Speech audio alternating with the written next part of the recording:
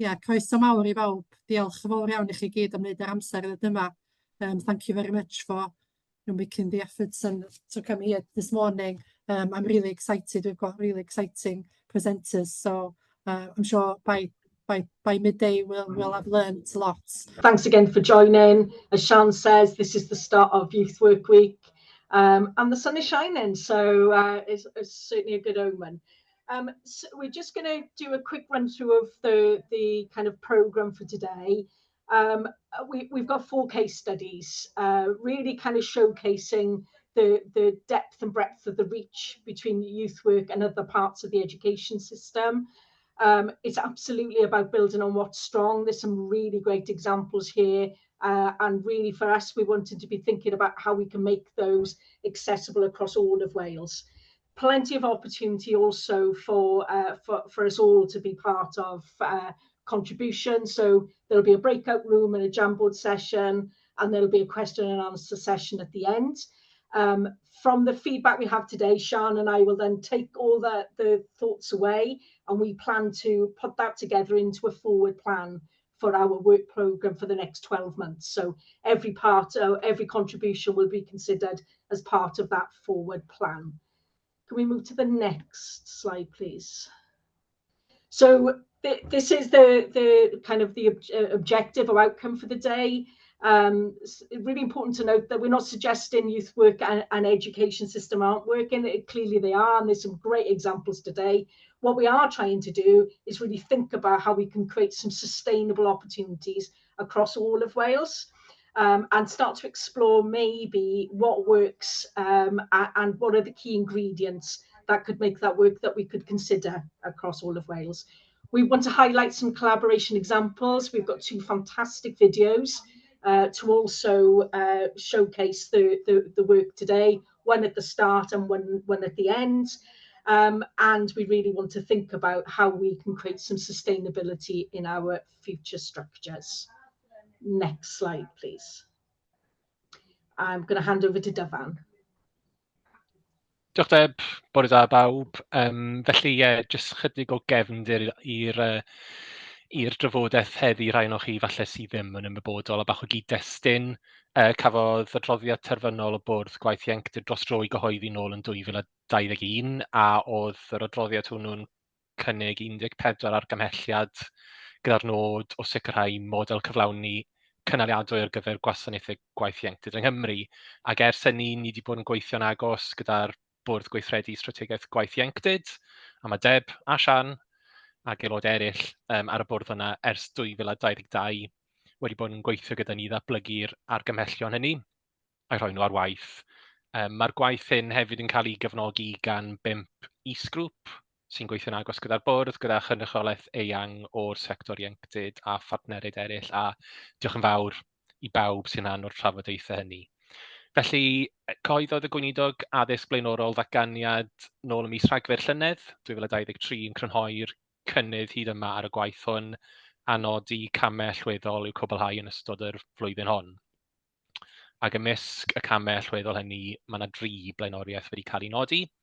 Y cyntaf yw datblygu cynigion I gryfhau'r sail deddfwriaethol ar gyfer gwaith ieuenctid. Yr ail wedyn yw cwblhau'r adolygiad ariannu ar gyfer gwaith ieuenctid yng Nghymru, a'i rheini sydd heb I weld eisoes. Cafodd adroddiad ar ail gymal yr adolygiad hwnnw I gyhoeddi'n ddiweddar. Na'r arddolen i'r adolygiad hwnnw yn yr chat I rheini sydd heb I weld eto I chi gael golwg ar hwnnw. A wedyn y trydydd blaenoriaeth ar gyfer eleni yw y byddwn ni'n datblygu cylch gwaith cychwynnol ar gyfer corff cenedlaethol posibl ar gyfer gwaith ieuenctid yng Nghymru, a edrych ar rôl y corff hwnnw a pa fath o swyddogaethau cyllid a phwerau bydde angen I helpu liwio cyfnod cwmpasu'r gwaith hwn. Felly mae partneriaeth a chydweithio er lles y person ifanc, cydweithio fewn sefydliadau, rhwng sefydliadau a phartneriaid, ac wrth gwrs cydweithio gyda'r person ifanc ei hun yn greiddiol I bopeth dyn ni'n edrych arno fe fan hyn bore yma, a dyn ni'n edrych mlaen I rannu rhai enghreifftiau o gydweithio sydd eisoes yn ei le, a wedyn cael cyfle I drafod cyfleoedd I gryfhau a meithrin cysylltiadau cryfach ymysg partneriaid sy'n cefnogi pobl ifanc ni ledled Cymru. Diolch Deb.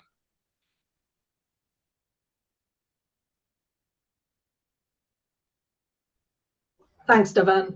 The final contribution for me in setting the scene is to give you a bit of a flavour of the other aspect of work we're covering off in our implementation participation group. And in addition to looking at the enhancement of the educational links, we're also working on a pilot around a connection with the regional partnership boards. And we're really excited about the links we've now created with the children and young people subgroups, of which there are 4 members that are now going to be part of those children and young people subgroups as part of the forward planning for regional partnership boards. And again, another great opportunity for us to really think about how we ensure that youth work is both valued and understood, but also contribute strategically to the regional future direction. And a special thanks here really to Millie Boswell for really being the gatekeeper and helping us in ensuring that we can get a seat around those tables. And we're looking forward in 12 months' time to coming back and sharing the examples of what's worked here and whether, again, that could be scalable across all of Wales. So that's enough for us. I think we're looking to move forward now into the agenda proper. And I think we're kickstarting this with a video.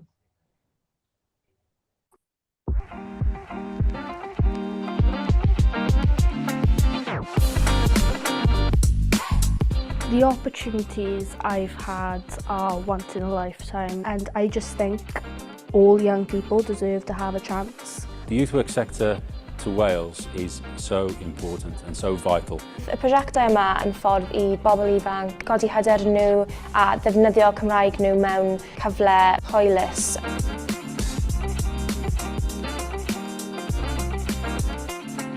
To be given complete freedom in a creative environment in a safe way is so important for young people to develop a passion in it, you know.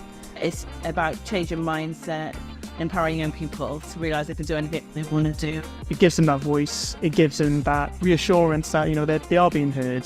Fi'n meddwl dylswn ni ddod â pobl ifanc mewn I drafodaethau, trwy jyst wneud yn siŵr bod nhw'n bod nhw yn y ystafelloedd pan mae trafodaethau'n cael ei chynnal, bod nhw ar y Zoom meetings, bod nhw ar y holiaduron, bod y peth mae'n cyrraedd nhw a bod ni'n gweud y wybodaeth angenreidiol sydd angen arnyn nhw I wneud falle informed decisions am bethau. My name is Molly Fenton and I'm the winner of the Outstanding Volunteer Award. I so wish I had a big sister growing up to go through almost every topic that happened to me. So being able to see that other young people can not only feel that they've had a big sister, but want to become a big sister for someone that they don't even know it's incredible. They're the people that inspire me to do it. Before I came here, I was just so quiet. It's just helped me being myself around the people that I've only just met. They did enter me into a young volunteer, working with kids, so we'll come in here on the younger days and help out. I'm really proud to be a part of this community and helping young people with their mental health, and it contributed to myself and my mental health. Yn y dyfodol, swn i'n licio gweld pawb yn dŵad at ei gilydd efo'r un nod yna o gefnogi ac ymbweru pobl ifanc I fyw bywydau yn rhydd o anfantais ac anhegwch o unrhyw fath.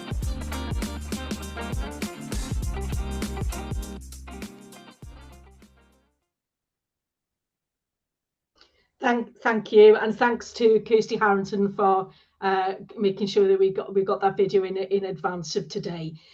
We're going to move straight into case study 1, and the case study is going to be around Brymawr, and I'm going to hand you over to Stephanie. Bore da, good morning. We're here today to share with you an example of effective youth work practice within a school setting. I'm Steph Watkins and I'm team lead within Blaen y Gwent Youth Service. I have line management responsibility for 8 school-based youth workers, supporting the development and delivery of youth work provision within the secondary schools in Blaen y Gwent. Bore da, hello, I'm Alex and I'm a youth and community worker linked to Brymawr Foundation School. My role is to provide support, guidance and mentoring to young people aged 11 to 16 who are identified at risk of becoming or are currently NEET. Next slide, please. So Blaenau Gwent Youth Service sits within the Education Directorate under Young People and Partnerships. We are currently funded by the Shared Prosperity Fund with an emphasis on supporting young people who are at risk of becoming NEET, so not in education, employment or training. As you can see from the timeline, working to reduce the number of NEET young people has been a priority for Blaenau Gwent Youth Service since the first European Social Funded project, Prevent, in 2010.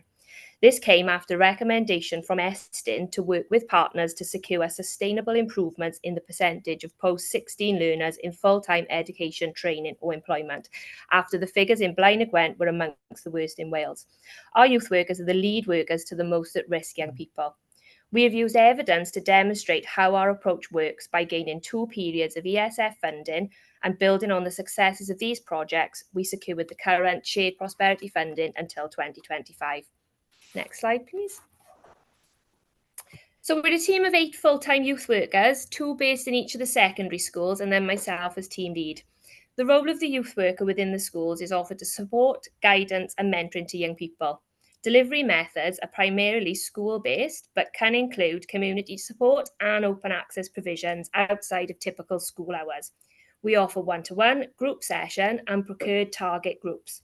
Support varies from social and emotional well-being, issue-based attendance and behaviour, signposting to partner services, Year 6 transition into secondary education, and then Year 11 transition into education, training or employment. We receive referrals from school, social services, Families First, and colleagues from other organisations. However, we are clear when we accept these referrals that engagement with us from the young person is voluntary. The initial session with any young person is vital to us to ensure that their voice is heard.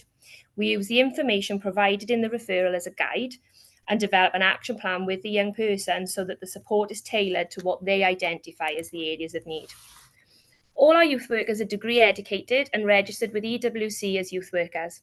In this ever-changing world and an increase in the number of referrals for support around emotional well-being and mental health, we are currently investing in training for all school-based staff as trauma-informed practitioners, as we are quite often the only emotional available adult to these young people.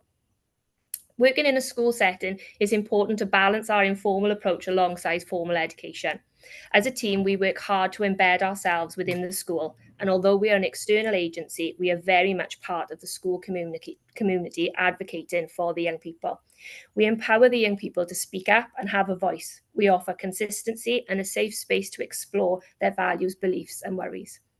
Next slide, please. So today we would like to spotlight the work we do in Bramau Foundation School. So this school slightly differs to the other schools in Blaenau Gwent as it has an on-site behavioural and wellbeing centre, the Learning Development Provision, or the bunker as the young people know it as. This is an alternative to mainstream.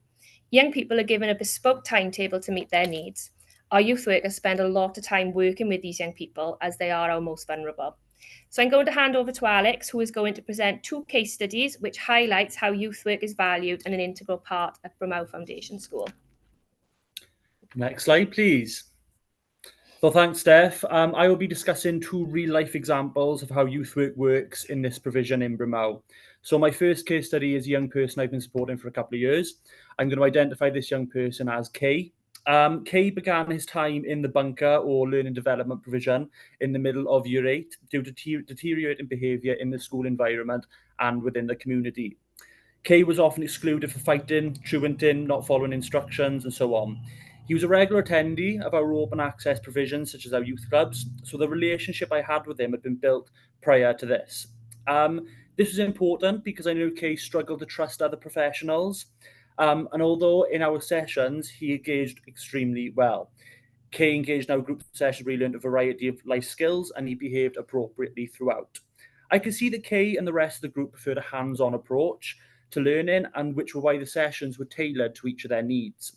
The group worked well together, enjoyed trying new and different exciting things. They were learning vital skills like cooking, DIY, communication, without even realising that they were learning. Due to his positive engagement with us, the school began to slowly reintegrate Kay back into mainstream school on a partial timetable to start with. This was 3 days a week. This soon grew to 4 days, as Kay asked me if he could take part in the boxing group we were running, which ran on a day he was not timetabled for. School trusted us and authorised this, and as a result, his timetable increased. To this day, Kay is continuing his boxing, which is brilliant, outside of school and in school, which is positive, and he is still attending mainstream school. He's engaged in more and more subjects each day, such as PE, maths and English.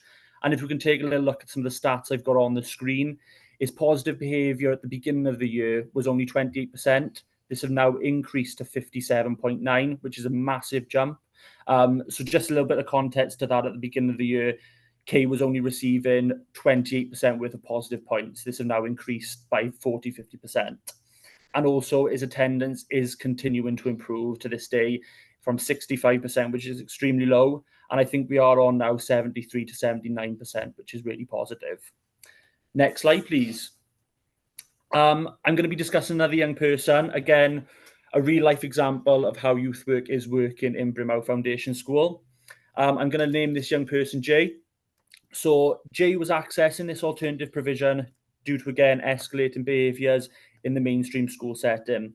His attendance was so sporadic and motivations were extremely low.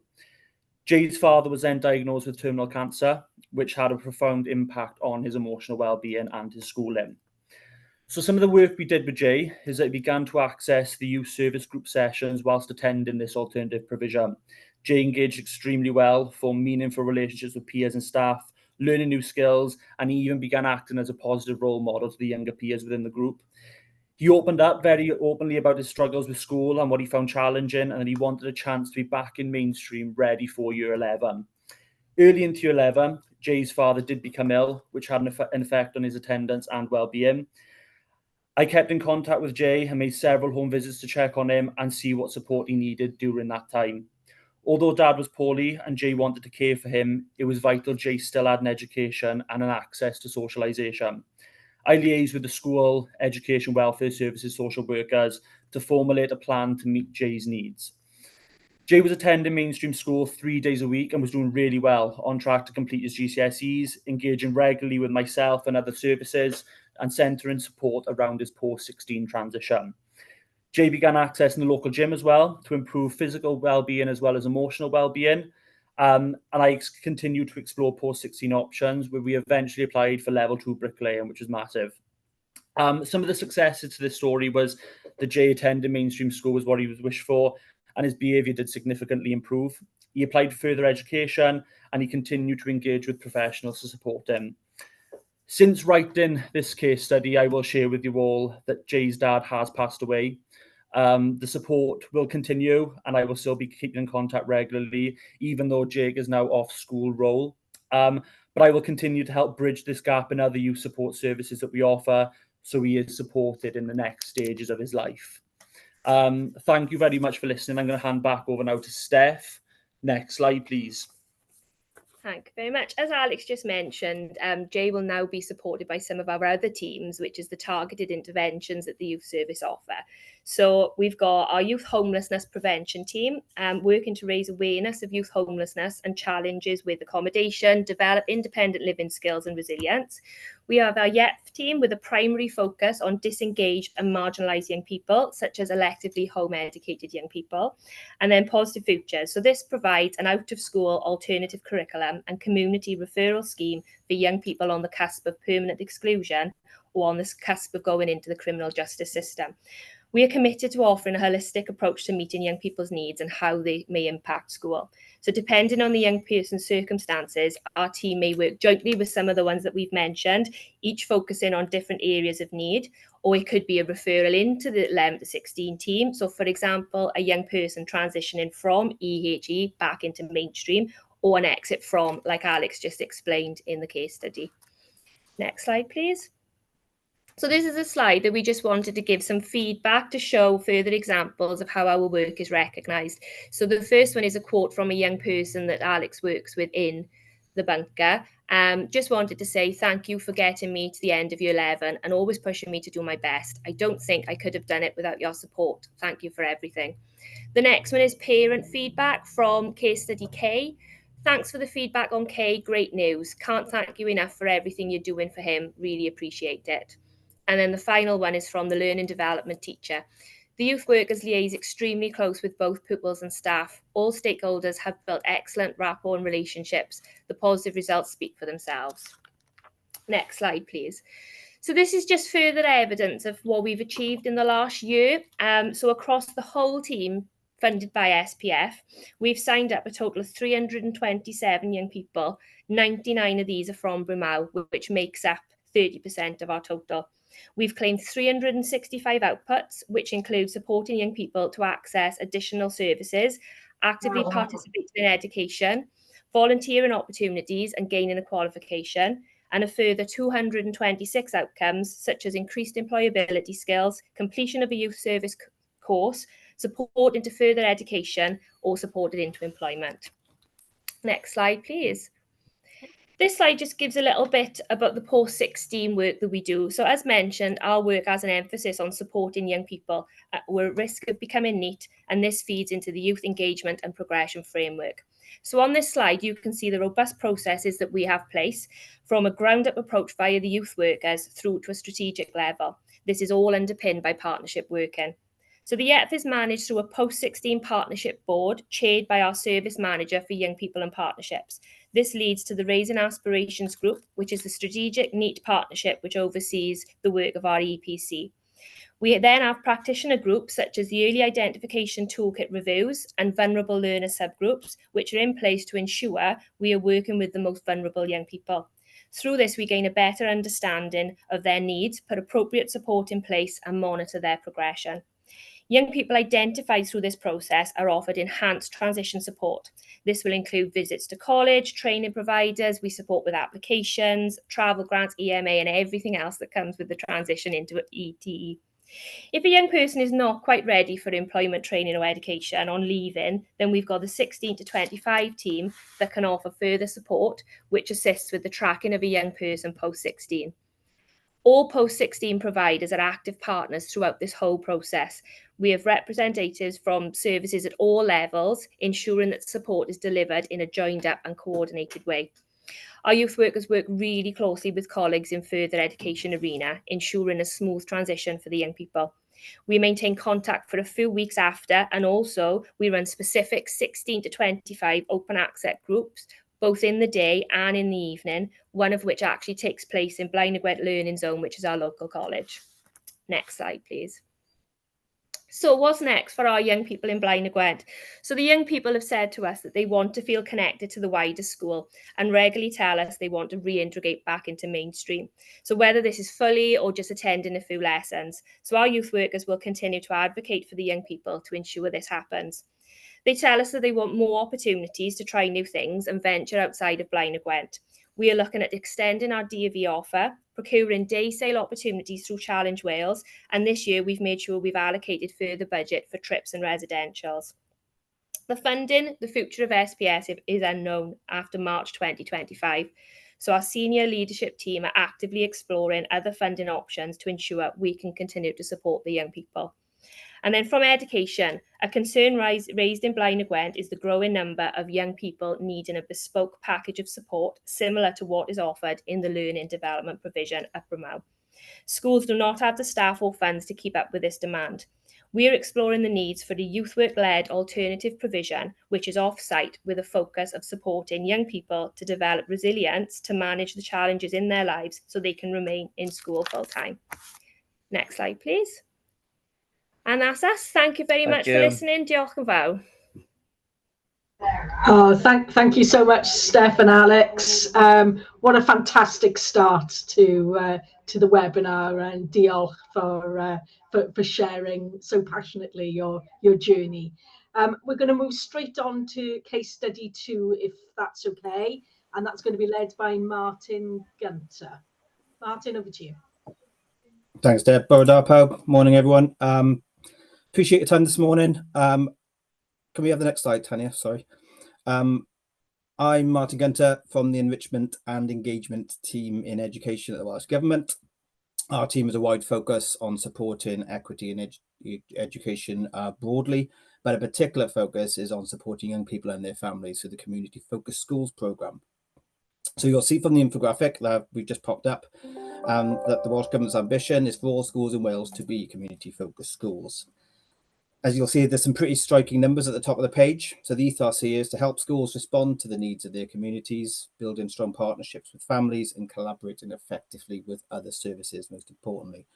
Our support for schools and communities here includes detailed guidance, funding to local authorities for family engagement officers, and a pilot programme of community-focused school manager posts, plus a pretty significant capital programme. Primarily, community-focused schools is about partnership working with families, communities and other agencies, which includes, of course, working with the youth work sector. We know that youth work is of real importance to schools, as just shown there in Brow. As part of the community-focused schools approach, we don't want schools to replicate youth workers, but we do want to develop strong partnerships with the sector. To support schools, we have published guidance specifically around developing community engagement. In that guidance, we set out how it's important that community-focused schools are aligned to the work of local youth work services, to signpost young people to local youth work services, and to identify how youth workers could be engaged with better in schools. For example, youth workers have well-established community links and detailed information about the services available to their community, and we really want to build on that. So due to the strategic links at local authority level, we see developing these partnerships and brokering access to these services as a key element in taking forward the community-focused school manager's role. So that's the principle behind this way of working, but I think of more interest than the policy is seen how it's taken forward in real terms. It's really encouraging through our detailed conversations with local authorities that many of them have acknowledged how they support greater alignment between the schools and youth provision. So with that in mind, I'll stop talking now and I'll pass over to Caris Hughes, who's the Community-Focused Schools Manager for Ynys Môn, the Isle of Anglesey, to talk about the work of the local authority in more detail. Diolch yn fawr. Next slide. Thanks, Caris, over to you. Lyfli, diolch Martin. Diolch chi gyd am yr cynnig i ddod yma i roid cyflwynad ar Ynys Môn heddiw. Dwi yma i siarad amdano'n dull integredig ni o gweithio gyda ysgolion Bro. Next slide, please. Ar Ynys Môn ar hyn o bryd, da ni'n edrych ar mapio gwasanaethau mewn 5 ysgolion uwchradd sydd gennym ni ar yr ynys i ymateb i anghenion gymunedol. Da ni wrthi'n adeiladu partneriaeth cryf gyda teuluoedd a roi amgylchedd dysgu gorau bosib i blant a pobl ifanc. Da ni sicrhau bod gan deuluoedd y sgiliau, y hyder a'r adnoddau i gefnogi dysgu eu plentyn yn y cartref. Da ni'n gweithio mewn ffordd adeiladol gyda teuluoedd i fynd gyda gafal ac unrhyw rhwystrau i ymgysylltu gan defnyddio ein model o'r Cycle of Change. Da ni wrthi'n gweithredu fel rhan allweddol o gyrmiad lleol i gynnig cyfleoedd i defnyddio'r cyfleusterau ysgol ar gyfer dysgu oedolion lles, chwarae, chwaraeon, gweithgareddau diwylliannol a gweithgareddau cymunedol eraill.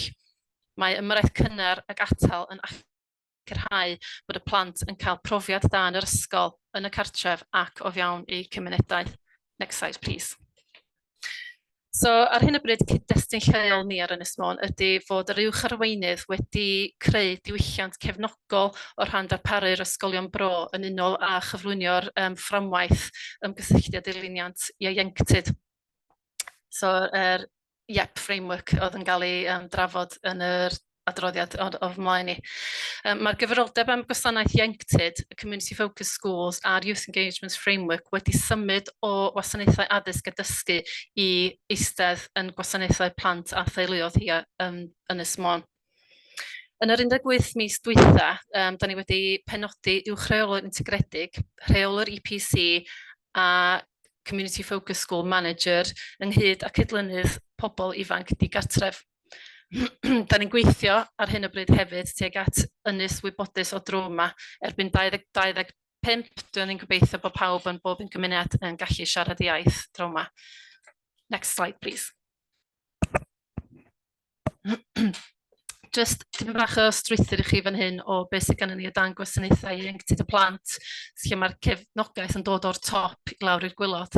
Newch chi weld yn yr rhan gwylod lle dwi'n eistedd fyna, reit o dan gwasanaeth ieuenctid. O dan y fi yn y tîm, gyda fi 1 homeless coordinator, 3 youth engagement worker a 3 community-focused school workers, a gyda fi'r cefnogaeth o'r staff eraill i gyd, y managers eraill i gyd, hefyd yr gwasanaeth ieuenctid. Next page, please. Dwi'n mynd i fynd drwy hwn i gyd i chi, ond mae hwn yn jyst rhyw fath o destun o lle dwi'n eistedd yn yr arw bach du na ar y dde. Fyna dwi o dan gwasanaethau plant a teuluoedd. Mae gen fi'r cefnogaeth a'r sgiliau y teams yna i gyd i cynghori fi ar unrhyw broblemau dwi yn gweld efo'r teuluoedd a'r plant. Yn ogystal â hyn, mae gen fi yr adran addysg yna'n cefnogi fi a hefyd yr adran tai. A da ni'n cyfarfod ar managers level i drafod rhai o'r anghenion a problemau sydd gennym ni dros yr ynys. Next page, please. So, beth sy'n digwydd ar ynys ar y funud ydy bod staff Community Focused Schools yn gweithio mewn clwbiau ieuenctid gyda'r nos dros yr ynys. Mae yna 4 noson o'r wythnos. Da ni'n gweithio ochr i gweithwyr ieuenctid mewn yr ysgolion. Da ni'n gweithio gyda gwasanaeth ieuenctid yn cynnig gweithgareddau dros gwyliau haf. Mae'r gwasanaeth ieuenctid Cyngor Sir wedi dod yn ganolfan agored, felly mi fyddwn ni yn cynnig aroliadau drwy'r agored no fuan. So, da ni hefyd wrthi'n creu profiad gwaith ieuenctid yn mhob adran o'r awdurdod, yn mynd o adran tai hyd at swyddfa planning beth bynnag sydd gennym ni yn fan hyn. Ni'n rhoi cyflwydd gwirfoddoli yn y gymuned yn ogystal ag o fewn yr awdurdod. Da ni'n rhoi cyrsiau dig caredin ar gyfer y pobl ifanc bregus, so da ni'n cael clwbiau bach i fynd ar pes nhw eu hunan ar fyna. So da ni'n gweithio ar helpu pobl ifanc i gyrraedd cyfrinachau ôl 16. Next slide, please. So, da ni'n cydweithio tuag at adnabod ac ymyrryd yn gynnar mewn ysgolion ar gyfer plant a pobl ifanc a theuluoedd sydd angen y cymorth yn gynt. Dyna lle dwi yn hapus fod yr Community Focused Schools a'r fframwaith youth engagement yn gweithio fe gilydd, felly da ni'n gallu cydnabod yr anghenion efo plant o ysgol gynradd reit trwad hyd at mae'r pobl ifanc da ni'n gallu cefnogi hyd at bod nhw'n 24 oed. Da ni wrthi'n peilotio tîm o amgylch yr ysgol yn un dalgylch lle fydd cefnogaeth yn rhaid i fewn yn specific i'r ardal yna. Da ni'n cael hybiau lles a sesiynau galw heibio. Da ni hefo 2 ar yr ynys yn barod.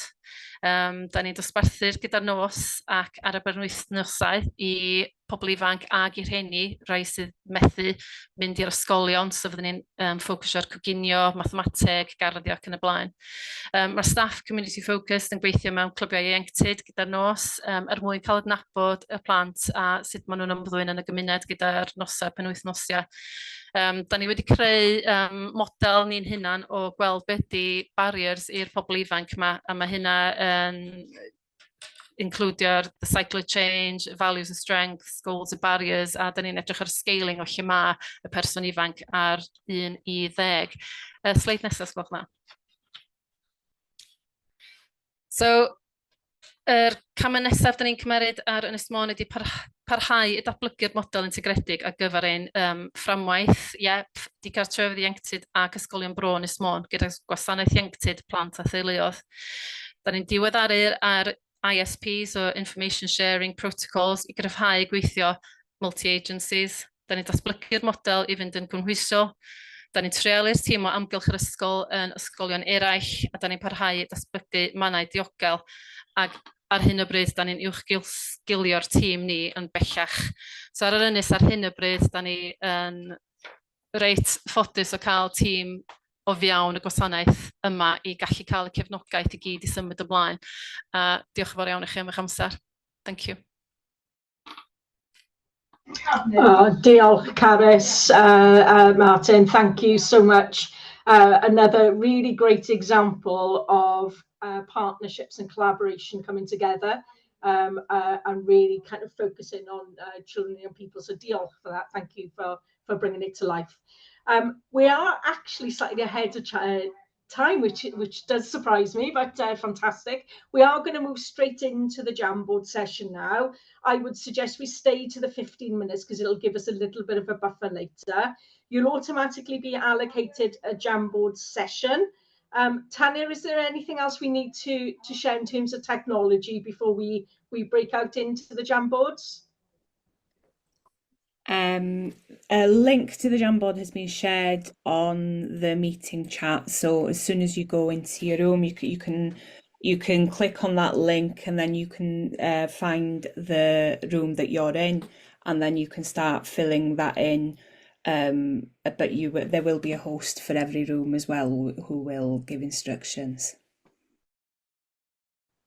Everybody's back, Deb. Brilliant. Okay, thank you, Tanya. Thanks ever so much. It's amazing how quickly 15 minutes goes, and my inability to mute myself probably didn't help as well in getting our group going. So apologies to my group for the slow start.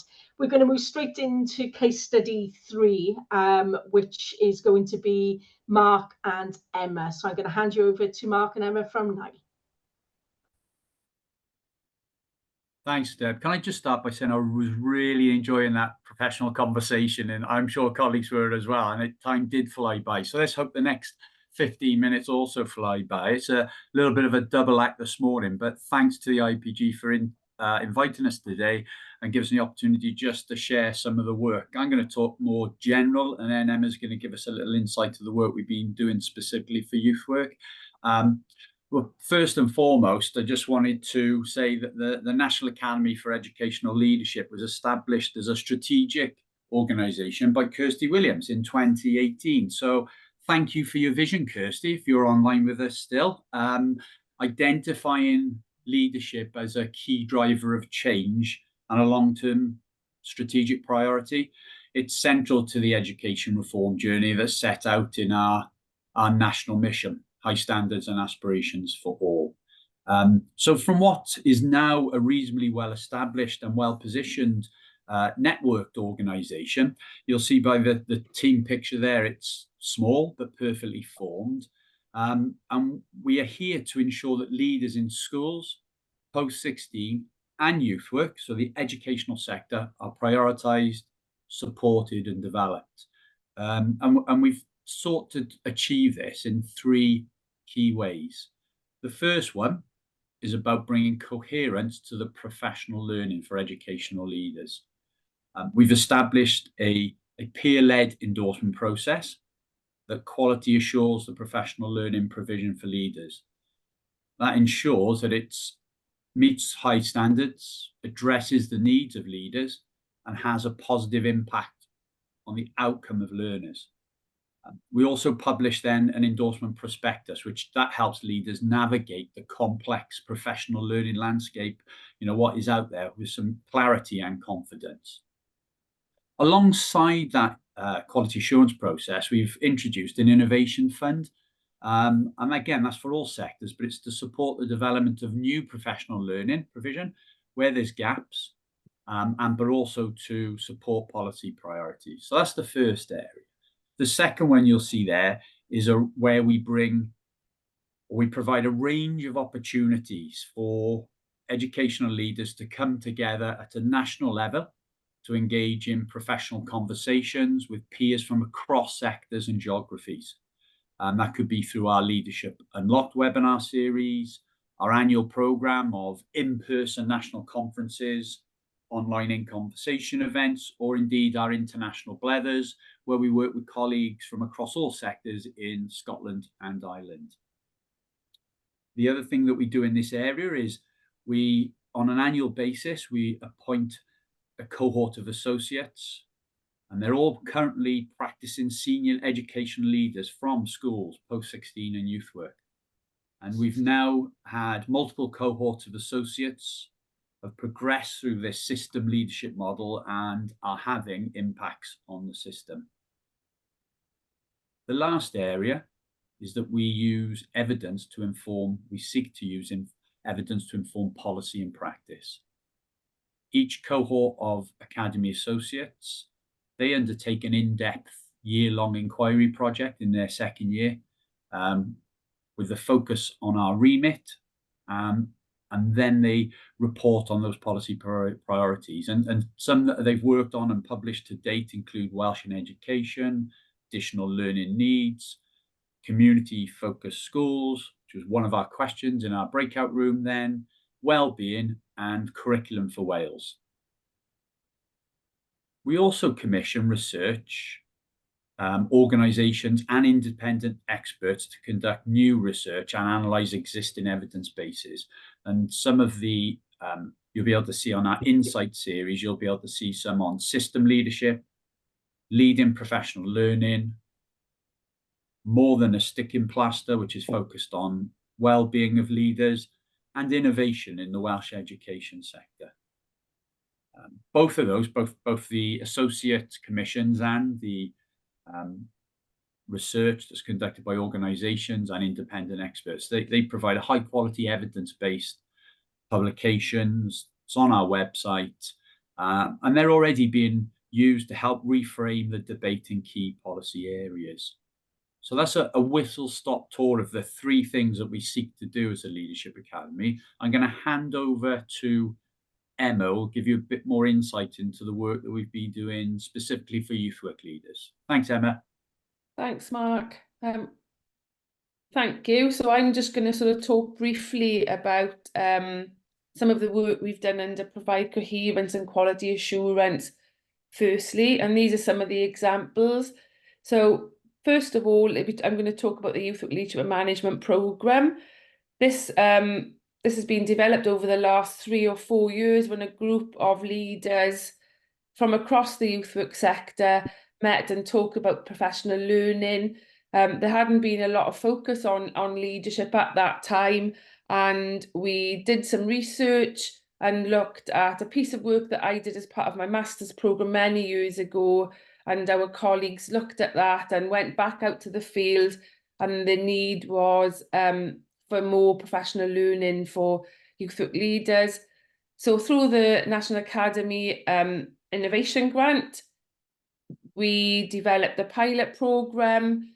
The course that I did actually sort of 15 years ago was sort of redeveloped, and we delivered our pilot programme to a whole range of leaders from across the sector. So we looked at systems leadership.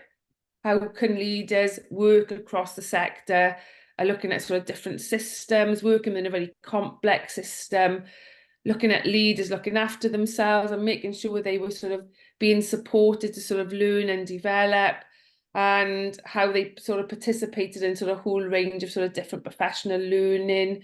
It's tailored to what's going on in sort of policy requirements. So if you look at the importance of leadership from a sort of ESTIM perspective, we make sure that leaders have sort of support to do that.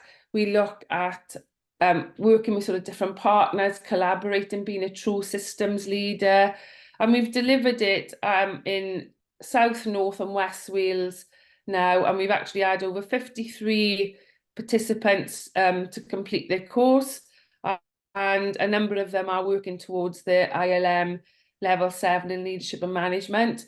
So after our pilot programme, we submitted an application for the course to be endorsed, and that's been endorsed now, and I am the youth work trainer on that programme, and we have to submit regular reports and evaluations on the outcomes for leaders and managers who've taken part of that one. The other aspects that we work on is the innovation grant. So I attend sort of key stakeholder meetings to try and promote the innovation grant, and some of the successful applications. So Swansea MAD have been successful in 2 applications. They've been delivering professional learning for leaders in working with finance, but also they've submitted a recent application to sort of work with governors.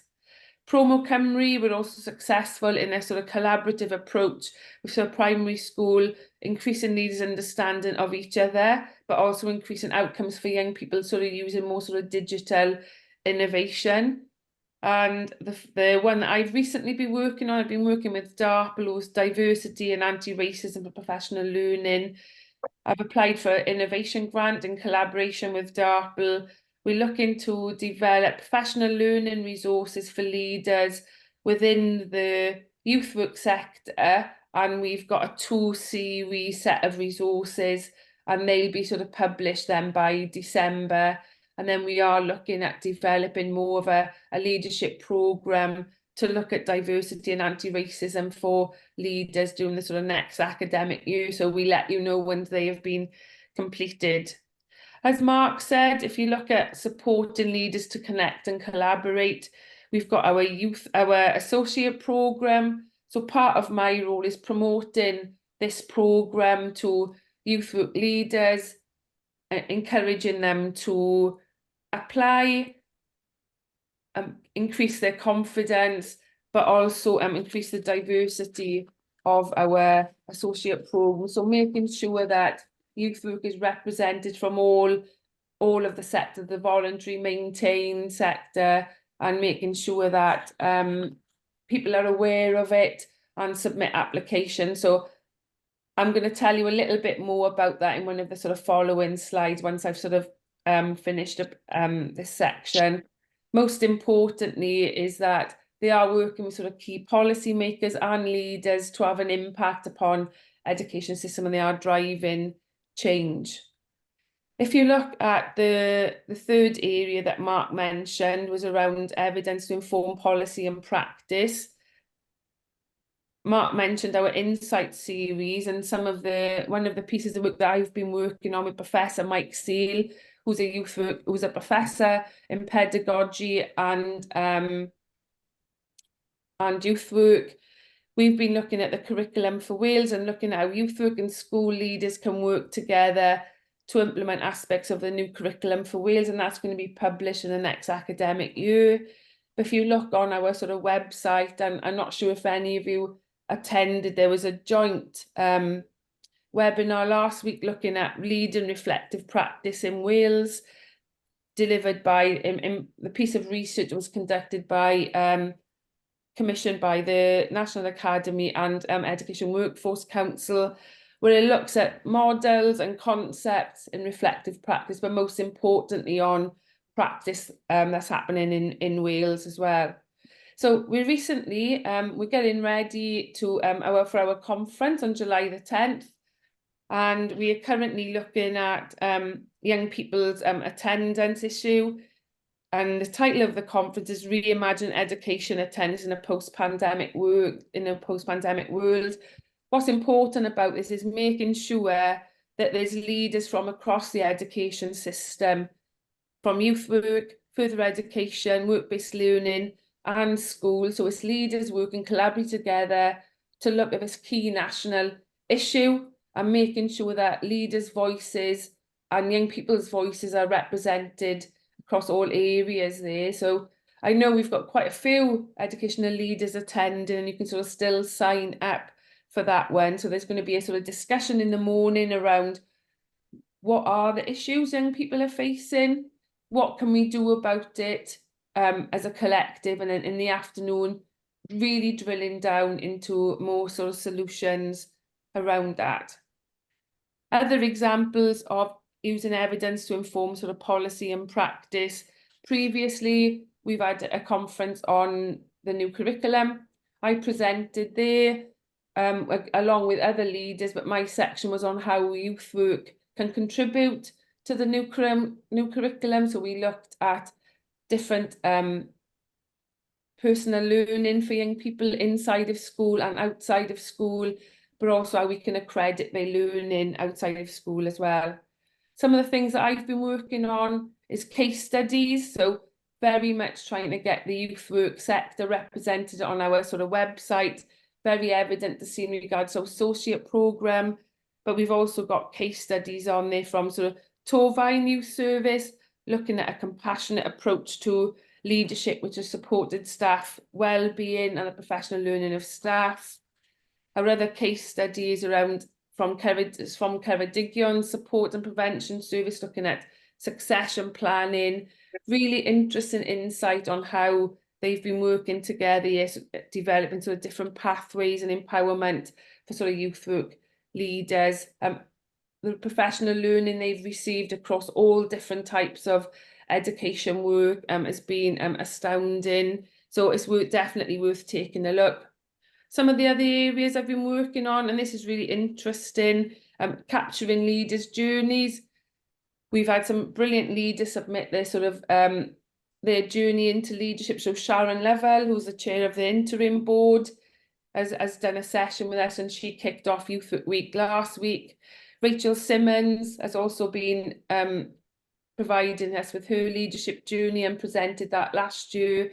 And currently we're working with Nick Hood, and Nick Hood from Pembrokeshire. He's providing us with his leadership journey.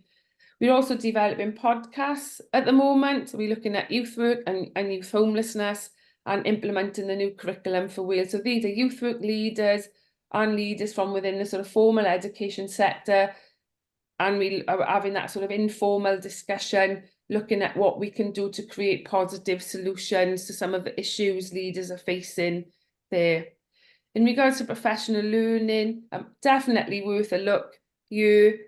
Leadership Unlocked, look at leaders from across the sector, their journey, leadership and principles and values. And some of my favourite ones are Diana Osagi, Professor Damien Hughes, and Owen Evans, who's the lead inspector for Eston. So if you've not seen it, it's definitely sort of worth a look at that one. We've also got a seminar tomorrow to celebrate Youth Work Week, looking at impact leadership in practice. So if you've not booked on yet, it's definitely worth a visit, where we've got leaders from the Centre for Youth Impact and Youth Cymru, and a whole range of other leaders talking about leading with impact. I think it's now back to you, Mark. No, this is just a photo of our associates. Sorry, Mark, I'll pick this one up. So here you can see two of our youth work associates, Mel Ryan and Lorraine Henry there. We've just been through a recruitment process. So we've got 3 new associates to support Mel and Ryan, Mel and Lorraine. We've also had Gavin Gibbs from Torfaen Youth Service and Marco from Promo Cymru. So we've got 3 new ones. We've got Nick Hudd from Pembrokeshire Youth Service. We've got Hilal from East, Hilal Udin from East, who's joining us as well. And we've got Julia Swallow-Edwards from Cardiff Met, who's got significant experience in youth work leadership and practice, but also recently joined HE as well. So I'm sure you'll be hearing a lot more from them in the next few months. Brilliant, thanks Emma. I think the next couple of slides you can take a screenshot, we can send them out after or share them, but just as Emma said, some events that are coming up online tomorrow. We've got about 12 places left at the attendance conference on the 10th of July. We'll be present at the Eisteddfod and the insight piece around reflective practice. There was a launch with the EWC, but that will actually be published shortly as well. So back to you. Wow, thank you guys. So much information in there. Please feel free, the QR codes are there, but also we'll make sure the slides are available afterwards for anyone that wants to follow up. So thank you very much, Emma and Mark. We're going to move really swiftly on to the final case study for today, and I'm going to hand you over to one of Niall's associates, actually Mel Ryan. Thank you, Deb. Hi, Mel Ryan from Youth Cymru, and I'm here with my colleague David Baker, and we're going to be talking about effective mentoring in Wales.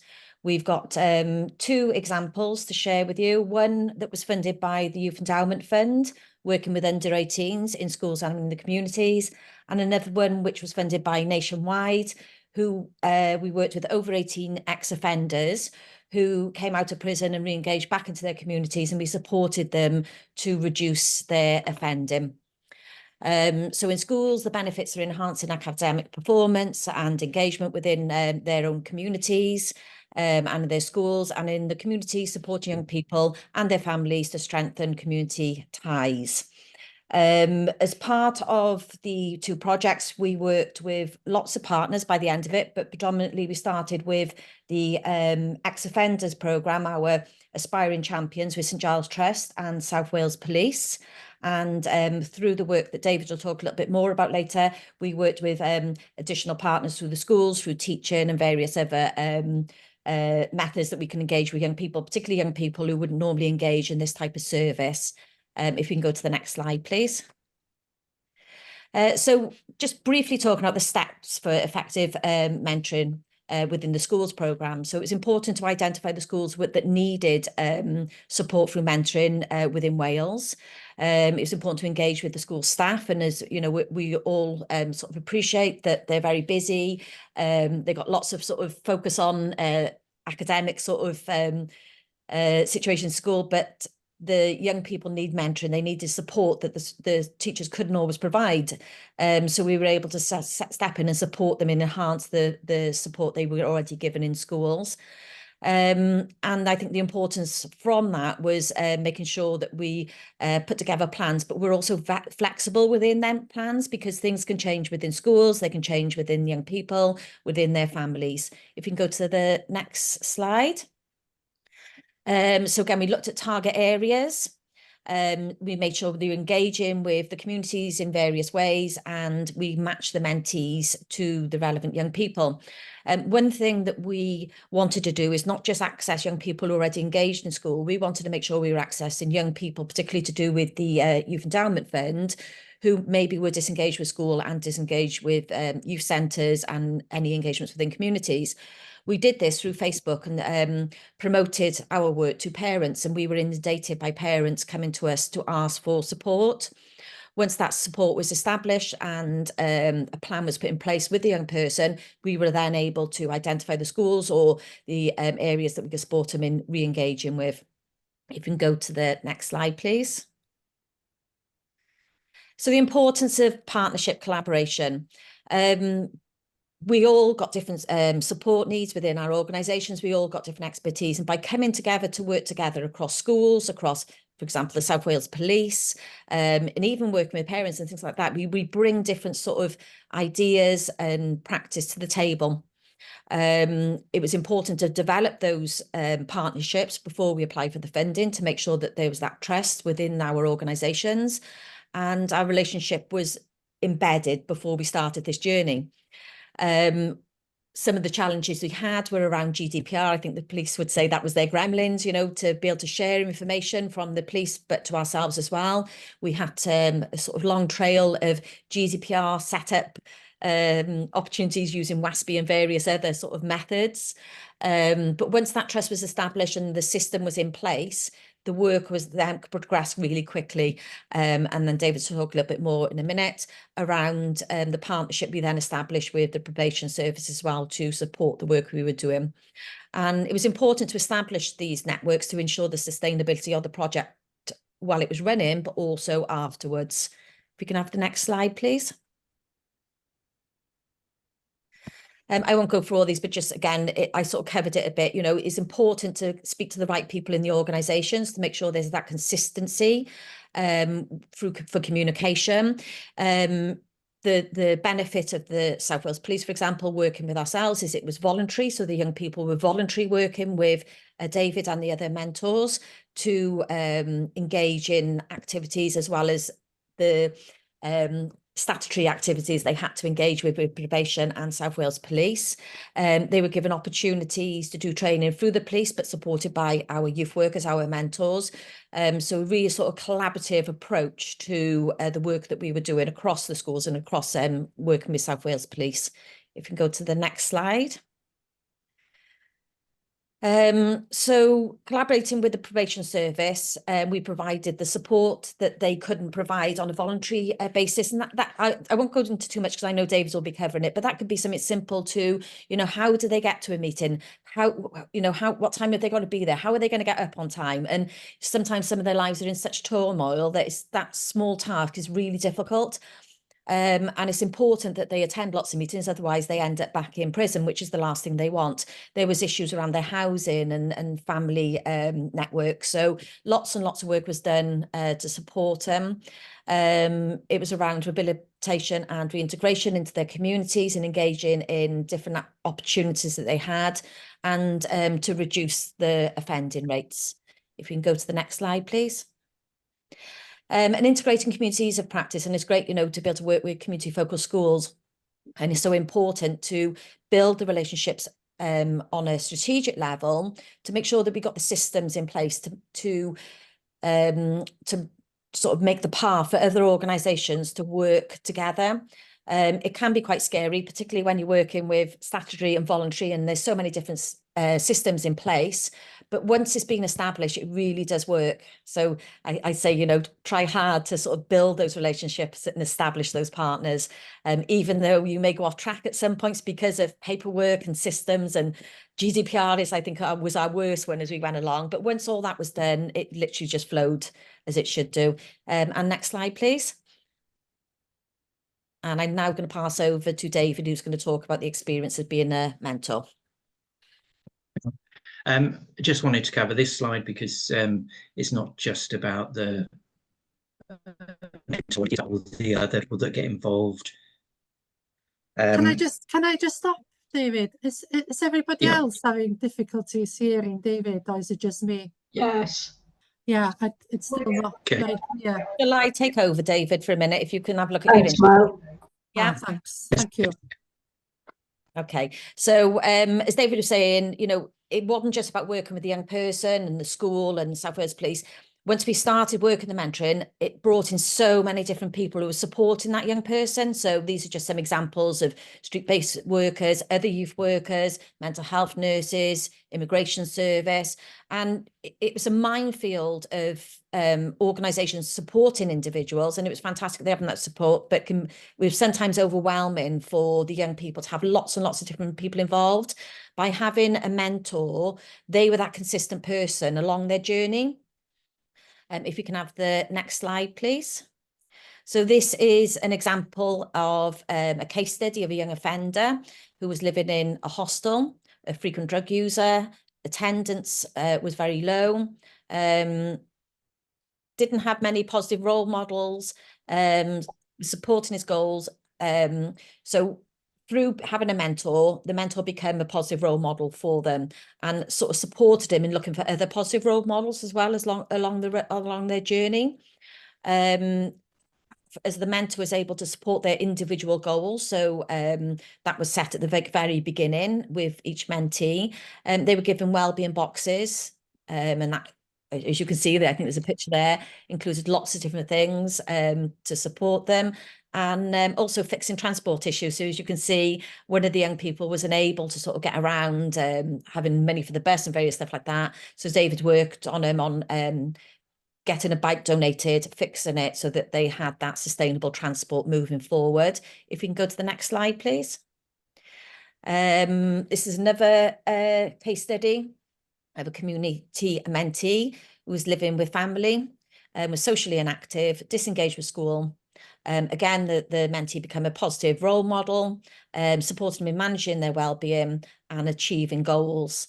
Some of these young people I know David worked with, they weren't just disengaged from school, they were disengaged from everything. And some of the young people were actually living across the road from a youth centre and never stepped in there. And by the end of it, they were integrated back into the youth centre and within some of their schools as well. David, how's your signal now?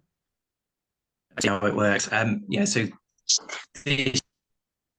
David. The bit is still glitching. Sorry, I'll carry on for you. And I'm sure if you want to type anything in the chat to add to what I'm saying, because I know these are your slides and I know you're passionate about the work you were doing with the young people. So add anything to the chat as we go along if you want to.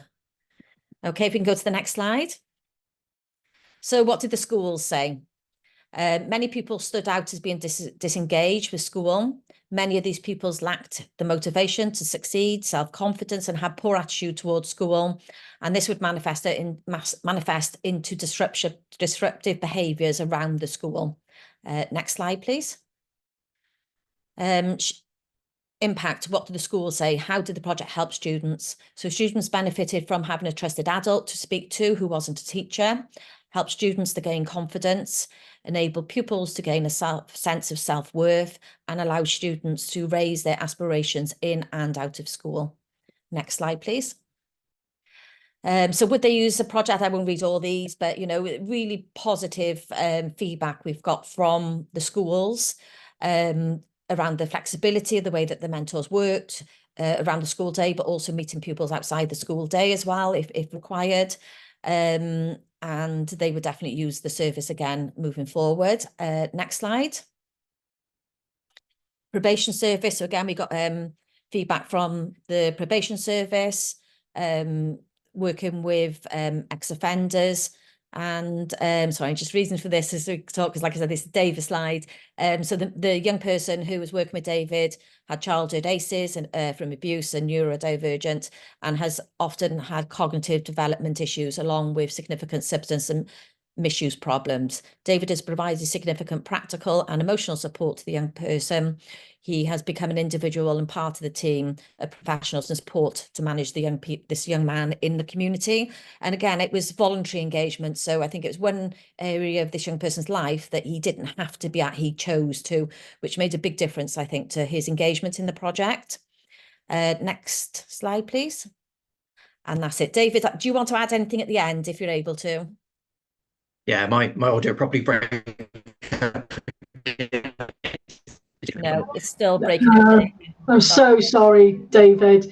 Thank you very much, David and Mel. Thank you, Mel, for stepping in. And David, I'm really sorry your IT was glitching there. I'm sure there'll be future opportunities to also link in, and we will, of course, share the slides as well. We're going to move seamlessly on, if that's okay, to question and answer. I'm really keen that we kind of ensure maximum participation from everyone that's joined today. So I'm going to hand you over to Kirsty, who's going to facilitate this session for us. Thanks, Kirsty. Thank you very much, Deb. I hope everybody can hear me and that my communications are okay today. You never quite know with Paris broadband. Well, it's so lovely to be with you today. My name is Kirsty Williams. I'm a recovering politician, having served for 22 years in the Senedd, 5 of which I was the Minister for Education. And I was saying to the breakout group, oh my goodness me, it's only been 3 years since I finished, but boy, oh boy, have things moved on. I'm clearly out of, out of step, and things have moved on tremendously, which shows everybody's hard work and dedication over the last 3 years, because I clearly am very old fashioned and out of date now. But it's an absolute pleasure to join you today, because since stepping down from frontline politics, I'm the chair of Powys Regional Partnership Board, and I'm very keen to to understand how we can use the partnerships that we have at the RPBs and some of the resources to support this agenda. And I'm also a volunteer at my local Young Farmers Club. We have 76 members between the ages of 10 and 28. And it's an absolute joy to work alongside those young people and see the impact that, in this case, the voluntary sector led youth work can make to those young people. But more importantly today, it's an opportunity to reflect on what we've been discussing this morning, what we have heard from the amazing case studies, perhaps to elaborate on some of the points that you discussed at the breakout groups, but to ask our illustrious panel here today some questions that you may have. So I guess the easiest way to do it, if you could put your questions in the chat, if there's anything that you would like to ask the panel, and then we will try and respond across the piece. We've got lots of people who've got various roles in delivering outstanding youth work for young people in Wales, from the very hands-on approach to the likes of GCG through to the more strategic, perhaps, approaches. But any questions that people would like to ask, if you'd like to ask them yourself, I'm sure that's okay as well. Please raise your hands. Who'd like to? It's always difficult, isn't it, to be the first? That's what we would say to the young people, isn't it? We'd say, come on, stick your head above the parapet, give it a go. Nothing bad will happen. Everybody's gone very shy. So perhaps I'll kick off then, if that's okay. And I could ask some of the panel. As I said, I was reflecting on how much things have changed since I left office in the last 3 years. So perhaps we could talk about what do we see as the key enablers to maintain this momentum around ensuring that youth work is integrating with the formal education system, and how can we work with other partners? We've heard about police today, health service. With another hat on, I work with the South Wales Fire and Rescue Service. How can we work with other agencies to raise the profile of youth work, and for those agencies to receive the benefit of youth work in delivering their aims and objectives? So who'd like to have a go at that first to break the ice? How do we build on this momentum? Sian, diolch. Dyn iawn I fi siarad yn Gymraeg. Is it okay if I Of course. answer Of in Welsh? course. Yeah. Ie, dwi'n meddwl bod hwnna'n gwestiwn da ofnadwy, a dyma union be mae'r bwrdd gweithio ieuenctid yn drio gwneud efo'r grŵp yma, efo'r webinar yma lle, ac efo'r IPG yma. A mae rhaid i ni gydnabod bod ni'n gweithio mewn amser eitha anodd. Mae'r ffordd da ni wedi gweithio yn wahanol, ond ar yr un pryd mae yna gymaint o bartneriaethau gwych yn mynd ymlaen ar y funud, a dyma pam da ni wedi manteisio ar gael sedd yn yr byrdda'r rhanbarthol. Dwi'n meddwl bod cael llais gwaith ieuenctid yn y byrdda'r rhanbarthol ar lefel strategol yn holl bwysig, a mae yna andros o waith i wneud. Mae yna 22 awdurdod lleol yng Nghymru yn gweithio'n wahanol i gilydd, ac mae pob yn gweithio yn dibynnu ar anghenion yr ardal. Felly, da ni mewn grŵp yn gynharach yn gwrando hyd yn oed ar Gwynedd a Môn, jyst dulliau gwahanol o weithiau. Felly, dwi'n meddwl bod o'n rili pwysig bod gynnon ni awydd a cefnogaeth ar lefel uchel o fewn awdurdodau lleol, bod y cyfarwyddwyr, cabinet, aelodau cabinet, cynghorwyr yn deall lle da ni'n trio mynd efo gwaith ieuenctid, fel bod y neges yn cael ei rhiadru lawr hyd yn oed i adrannau gwasanaethau cymdeithasol, adrannau tai, addysg, dim ots lle, bod y neges yn bod o'n cael y statws mae o'n heiddi mewn ffordd, oherwydd heb hynny mae o'n anodd iawn i ni ar lawr gwlad i symud pethau ni flaen. Felly dwi'n meddwl bod o'n bwysig bod gynnon ni awydd ac agwedd positif tuag at gwaith ieuenctid. Diolch. Diolch yn fawr, Sian. Should we go over to Millie? Millie, perhaps you'd like to introduce yourself to the audience. I should have done a round robin, but we'll do it as we go around. So Millie, perhaps you'd introduce yourself and then respond. Yeah, of course, diolch, Kirsty. So, I'm Millie Boswell. I'm the NEST implementation lead for Welsh Government. NEST is a framework for children, babies, children, young people's mental health and wellbeing services. So I'm really coming at it from a kind of wellbeing point of view today.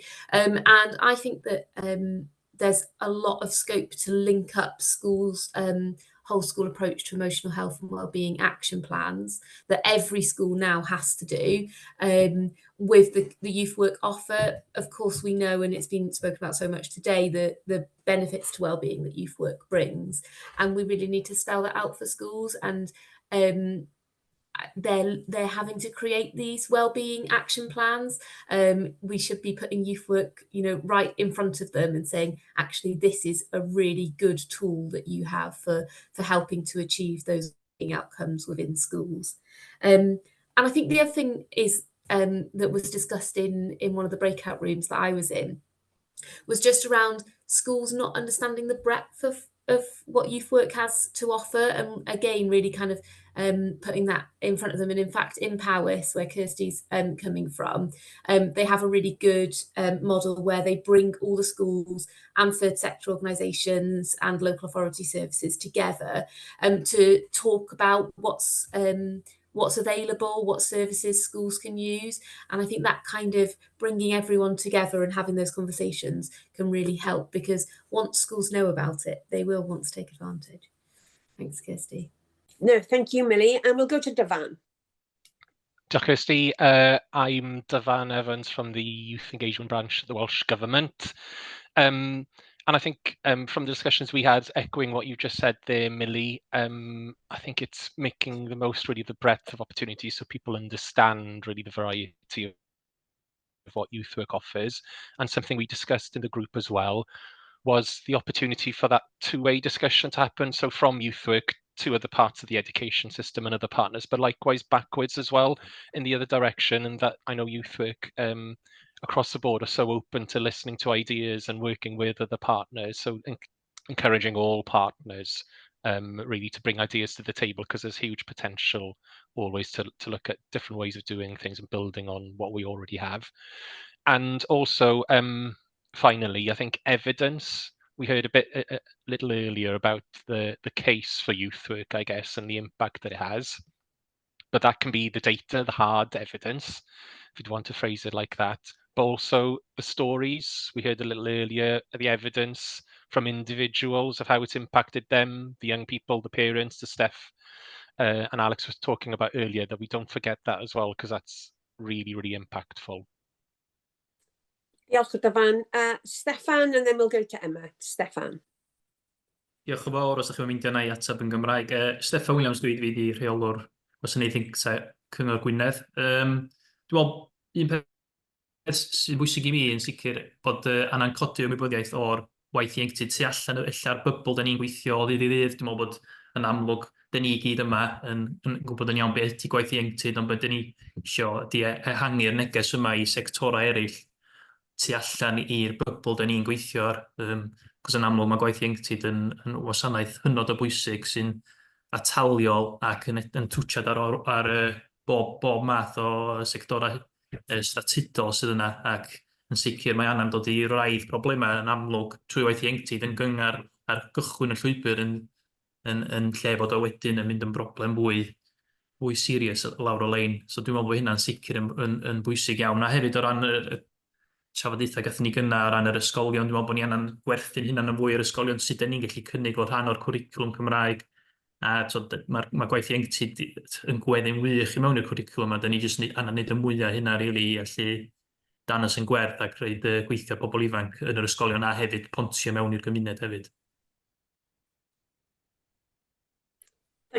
Thank you, Steffan. I mean, perhaps some people could argue, and I would argue, that you can't truly deliver the new curriculum without the involvement of youth work.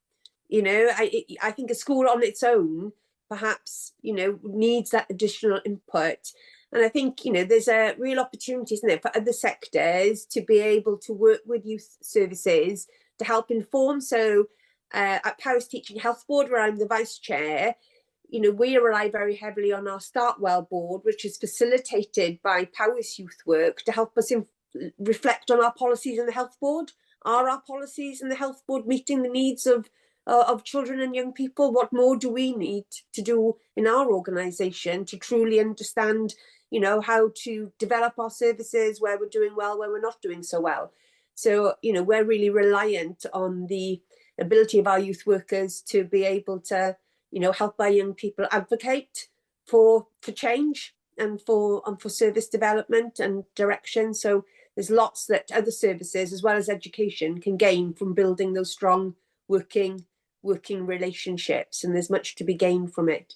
Are there any questions from the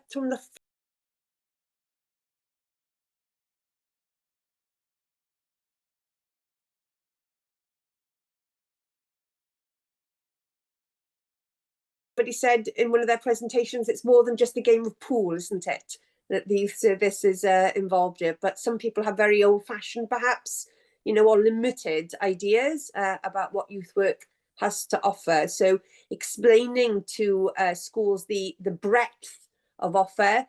And I think what we learned in our breakout group from the guys, from Steph and Alex at Blaenau Gwent, was delivering the whole package. So making it as easy as possible for the schools. So all the schools really have to do is provide the space, and the youth service will bring the rest of it to the schools. So, and then obviously relationships as well. Absolutely key. Emma. Yeah, thanks, Kirsty. Yeah, some interesting points there. The youth service has done a lot of work to raise its profile and recognise its value, and the work of the interim board and the implementation board now is sort of carry on building and sort of developing that even further. But from a sort of community focus perspective, we do have the directions and guidance to sort of help leaders sort of develop that perspective further. But we've got 22 local authorities. The approaches are very different within each local authority. And this is a key opportunity for school leaders and youth work leaders to get together and come up with a strategy that is tailored to the needs of young people within that area. And I think it's about having that sort of joint collaborative approach tailored to the needs of young people that can help make this a success. It's valuing both sets of leaders and having a strategy to drive forward. Thanks, Emma. Paul has put in the chat that he's got a couple of devil's advocate questions. Oh, it's intriguing, isn't it? But we wouldn't expect anything less of you, Paul. So over to Paul. Thanks, Kirsty. At least I'm being consistent, I suppose. I suppose the first question is, why do we find it harder to engage with the wider education sector when other sectors are falling over themselves to engage with us, when we largely sit within education? So what are we doing wrong, really? And the other question is, should youth work be used as a tool to encourage young people to go back to school? Is that what youth work's about? Gosh, so challenging questions from Paul. Who'd like to have a crack at that? Why, when youth work sits, when we sit within that, often in those directorates, why are we finding it hard to engage? And is it the job of youth work to get children and young people back to school? Emma? Yeah, I want to answer the second question, if I can, really. No, I don't think it's about the job of the youth work sector to get young people back to school. But if you look at the qualifications of those young people who are advantaged and those who are disadvantaged, the gap is as wide now in attainment levels from as 30, 40 years ago. There's been no difference. Youth work's got a massive role to play in regards to supporting young people and not just accrediting their qualifications or getting them back to school, but finding avenues and directions for them that can make sure that they've got positive outcomes to help lead their future. Whatever issues young people have got now when they're sort of growing up, they're last into adulthood, and youth work are absolutely key in helping them navigate some of those issues, but achieving really positive outcomes that can help them have a real positive future. So it's about using that youth work approach and working in a way that can support the formal education sector to make sure that all young people are having an opportunity to achieve and succeed. Thank you, Emma. And what struck me was listening to the work that's going on in Blaenau Gwent is how many of these young people themselves are, saying they want to be in school. They want to get back to school. They want to be engaged in their learning. They just need additional support to do that. So it's very much being led by those young people themselves in the Blaenau Gwent, where they want to be back in school. But anybody else got some questions? What about Paul's first question? Why are we finding it so hard? What are those barriers that we're trying to overcome that make it difficult to get in? Jim, have you got a response to that? Or another question? I was going to ask a separate question, so I hope it's okay. I know it's a very topical one. I'm really interested, though, as to what people do as practitioners to get young people enthused about politics and their democratic right. Like it's been something that's historically been important to me, about giving them a voice. I know that's a massive part of all of our work. But I think it's been something in my personal experience is often overlooked. So working in support accommodation, these are like lost voices. They haven't got access to sort of easy read materials if necessary. And I worry that our young people might grow up to be disenfranchised voters or individuals. So I'm just curious as to how people think, how much of an important role that is for us working in the youth work sector, or should we stay off it? Yeah, I'm just curious. Well, thanks, Jim. And a really topical point, isn't it? As we barrel towards polling day at the beginning of July. So, anybody want to, Jim's challenge about how do we best do that? Should we be doing it? And how best to do it? Anybody want to? I don't want to pick on anybody. I'd rather have a volunteer than a press ganged recruit. So Deb and Sian, what about Paul's first question about the barriers and then, the role of youth work in ensuring that we have politically engaged citizens? Deb. Yeah, okay, thanks. I've definitely been picked on then. So in terms of the education, from what I hear, none of the kind of barriers are intentional in any way. But if I pick up the key ingredients of what works and really think about how we build on that, the real examples are where relationships exist and are trusted between education and youth work practitioners. That is where the best outcomes from children are achieved. And there is something for me in that when the youth work services are co-located on school sites and the relationships are easier, it makes the practice easier. So there is something around the understanding of what's there, the quality of the relationship, and the understanding of what each brings to the party often results in better outcomes for children and young people. How we do that is the challenge. So, you know, my observation is Wales is small, but our landscape, our governance landscape is hugely complex. How do we make that a more simple and streamlined kind of system so that we all know who the key people are, we understand what they're bringing to the table, and we coordinate something systematically and sustainably? So that's the challenge that sits within it. But I don't believe anything that we're doing is not deliberate in the barriers that may exist to date. In terms of, I'm going to sidestep the political angle. For me, a young person having the right of a voice is absolutely critical. But exercising that and understanding the impact that voice and view can have on future directions is the really important point. And how we do that and how we show that young people will have shared something as a view or opinion, and as a result of that, this is the impact that over time builds momentum, and we need to often close those loops. We're not really good at closing those loops around what young people have said, and therefore this is the difference that we've been made, and we need to think about how we do that.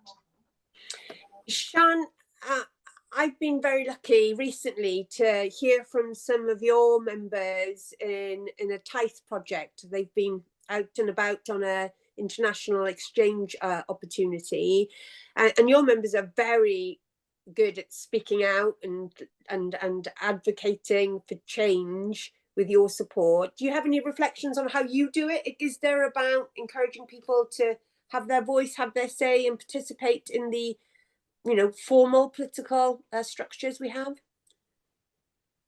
We've got what we call, a young people's voice coordinator sort of thing. And the role is currently funded by the SPF funding, but in the past it's been funded by different streams.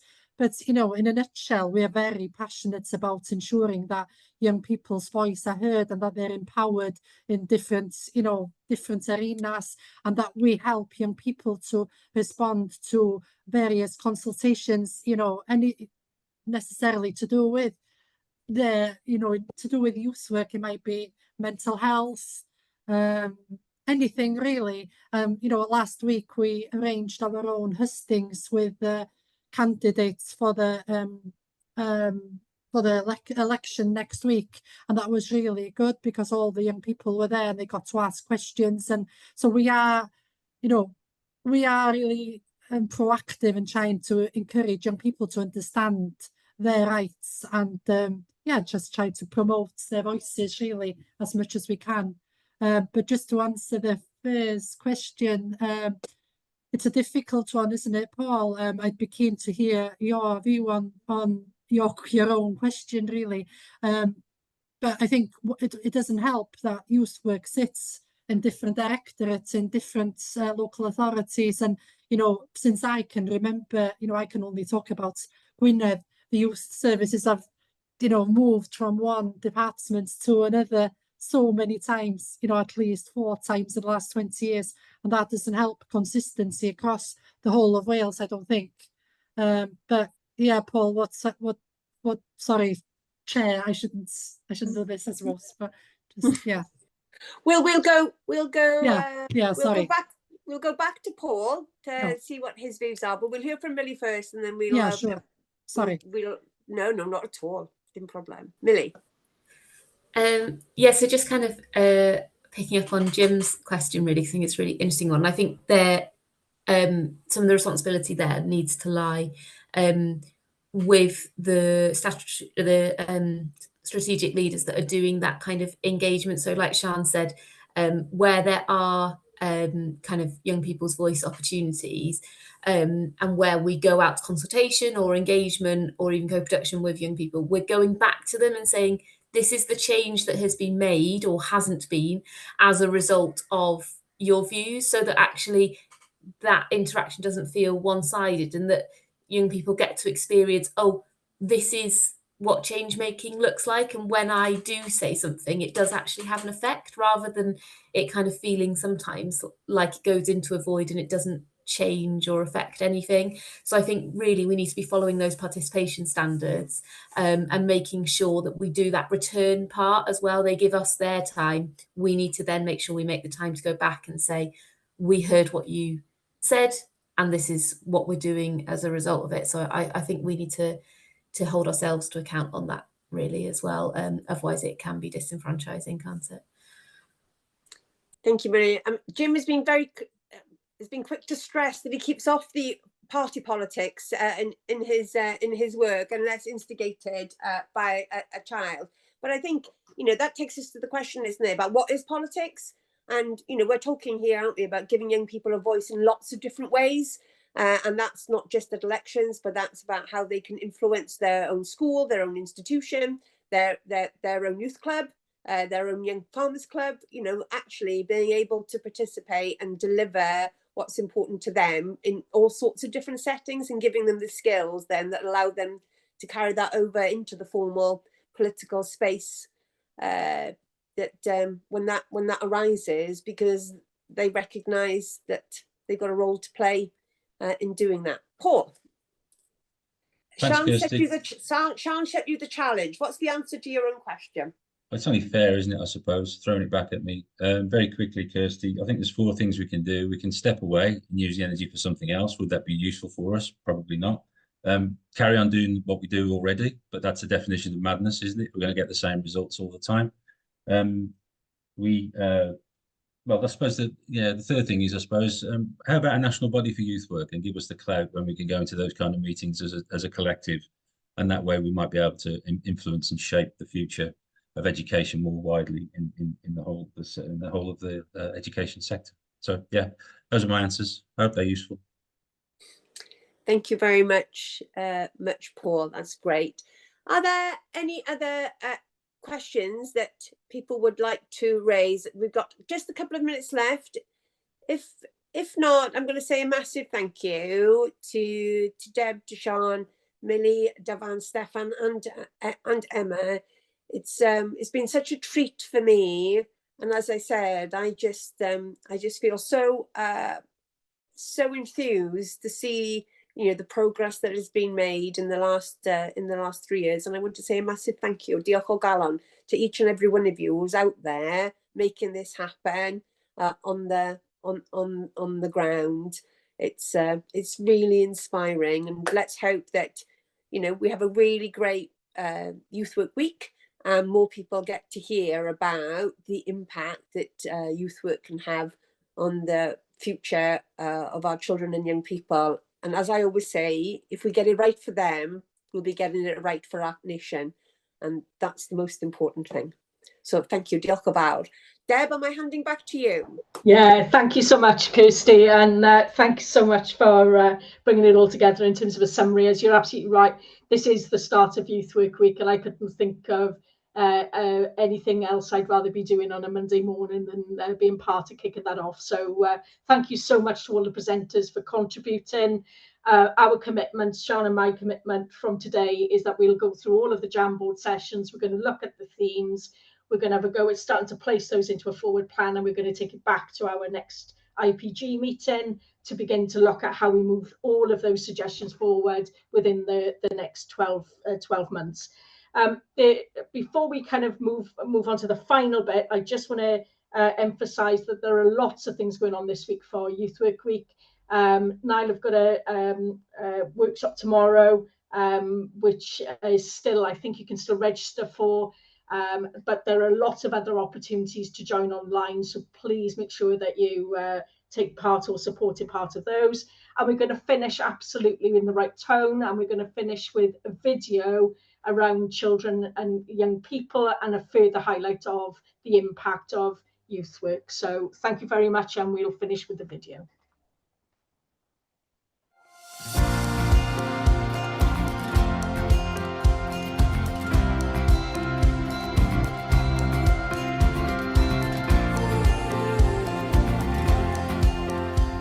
Dwi'n gweithio'r ieuenctid yn ardal Dwyfor.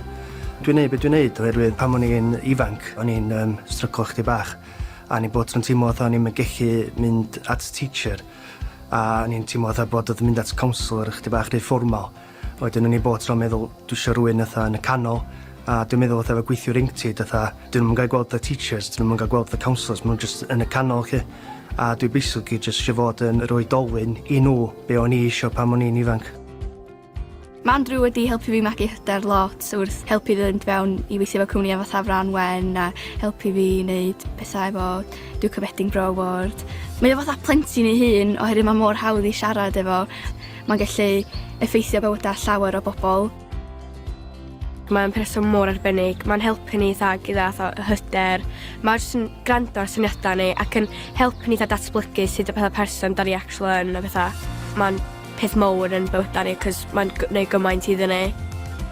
Dwi'n teimlo'n really honoured fod wedi gael yn enwebu, enwedig fod yn dod gen y pobl ifanc. Dwi'n meddwl byd efo pobl ifanc dwi'n gweithio efo, a gan maen nhw wedi enwebu fi, dwi'n gwybod dwi ar y ffordd iawn, ond dwi'n gobeithio bod nhw'n gwybod dwi yn gwneud swydd yma 100% i'r pobl ifanc, a dwi'n jyst eisiau dweud diolch yn fawr iawn i nhw, dweud y gwir.